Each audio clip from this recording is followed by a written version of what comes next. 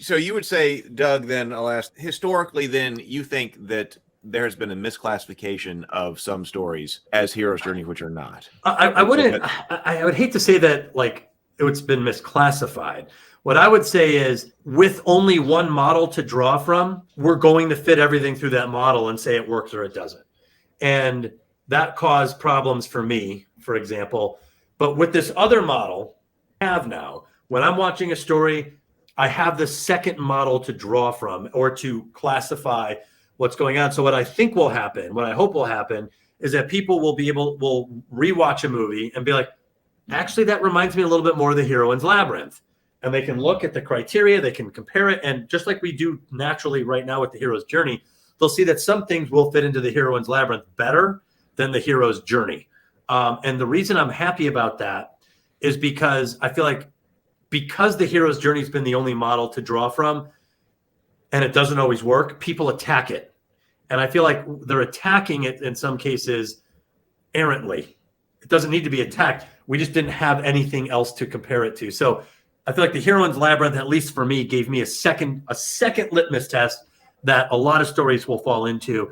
And like Moana, something that looked like a hero's journey, you'll see all the hero's journey tropes, and then you'll see these other tropes. And what's cool is when you recognize the other tropes, the story actually takes on a greater meaning. For like I said, when the conch shell started leading her like breadcrumbs into the ocean, and I was like, is the ocean her labyrinth? It just took on this whole different dimension to me. And her symbol is a spiral, and the spiral is usually a symbol for a labyrinth in a lot of the symbolism books that I've had. Mm-hmm. So it just takes on this whole other dimension, and it gives you a whole other level to appreciate the story. Or when she pulls out I think it's Pananu stone, that's a Shield Maiden moment. The villain at the moment is about to strike Maui. She's about to kill him, and she stops the goddess in her tracks with that, and then walks up serenely to the goddess, unafraid, complete. It's a very powerful scene, and it's even more powerful in the context of the Shield Maiden moment than it was with the hero's journey. If I just say this is a supreme ordeal or single combat, I'm like, oh, well, the combat stopped. Not for the Shield Maiden. Not for that. Under that archetypal viewpoint, the moment takes on a greater meaning to me. So it's good to have this other model to draw from, because it allows me to appreciate. It allows me to appreciate a moment instead of criticizing the same moment because it failed to meet the criteria of the hero's journey, if that makes sense. Mm. Or feeling that it's weak under this other rubric, that it has another thing to look at. Yeah, right, exactly. That's what I'm trying to say.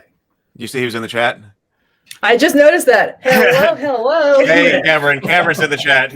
Cameron says Doug's heroine's journey or Labyrinth thesis is magnificent. I've read the manuscript, so Cameron has read this. One of the lucky few who know all the secrets. Just kidding. when Cameron said some positive things to me, I played it cool because it was a Zoom call, but inside I was so happy because I had expected Cameron to destroy me, and I was very nervous. So when he had some positive things to say, inside I was like, oh my god, Cameron said it. So and he don't always get, it's not always easy to get, Cameron's very honest, and he's good at breaking things down. Well, so understanding. There was definitely some moments where he was challenging me and or telling me that I didn't go far enough or that I missed a major angle on this big theme. And there was a couple things that Cameron said that completely changed the dynamic that I was discussing, because he came in with this other thought, and I was like, well, that changes things completely. So Cameron's awesome. Yes. I salute him. That's great that he's here. So I consulted my notes, and I did have a little bit more, but I don't think it's relevant anymore, and it's stuff that I kind of want to think about more. So basically, we've gotten through it. I feel like you have convinced me, so bravo. Awesome. Well, because I was already mostly on it, but I was kind of skeptical. But I feel like I'm there now. So good job. Skepticism is good, and that's why I was very appreciative that you wanted to ask me some of the tougher questions, because that means that you really care about it and that you're really thinking about it. So to me, I was like, well. And that's why I told you early on, I was like, if I don't know, I'm just going to say, because I don't want to try to BS an answer or ad hoc it. I'd rather think about it and try to come up with a good answer, or admit that maybe I misfired somewhere. I'm not above that either. Let me ask. I was just scrolling through to see if any of the channel members had questions that we should bring up. Let me.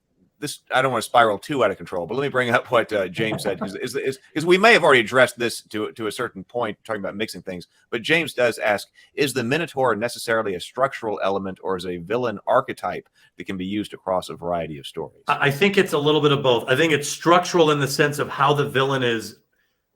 What about the villain is archetypal? Is it a militant culture destroyer who comes from outside the native culture?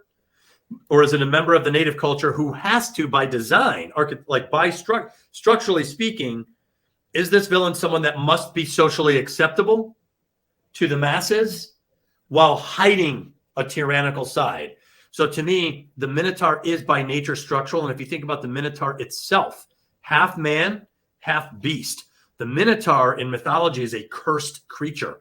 The word Minotaur actually comes from a proper pronoun. It was the name. Minotauros means the bull of Minos. That was his name. And it's a cursed creature. So that's why I feel like, in my opinion, the Minotaur character is mostly irredeemable, or often hard to reform. But it is half beast, half man. It is outwardly benevolent and secretly tyrannical. I think that's a structural archetype. It could work for both. It could work in several areas. But I just wanted to draw a distinction between that type of villain and someone like Thanos, who's not mad. I mean, Thanos is a militant culture destroyer. The Emperor, Darth Vader, these people are coming in to conquer you and destroy you. And if you think about it in a mythical term, the dragon archetype, the dragon breathes fire. So it annihilates cities and safe havens with its stream of fire. The Death Star has the green laser that does the same thing. Godzilla breathes radiation. These villains have a very specific attribute to them that wipe out cultures. Sauron, the armies of Mordor, they're not there to pass themselves off as like mostly friendly or partially friendly. They're there to destroy Gondor, to wipe it off. So structurally, that is a different villain than the Masked Minotaur. And I think, at least from a writing standpoint, it's worth noting the differences so that as a writer which one best fits your story, and then max out on the archetypal power of one or the other. That's my thought anyway.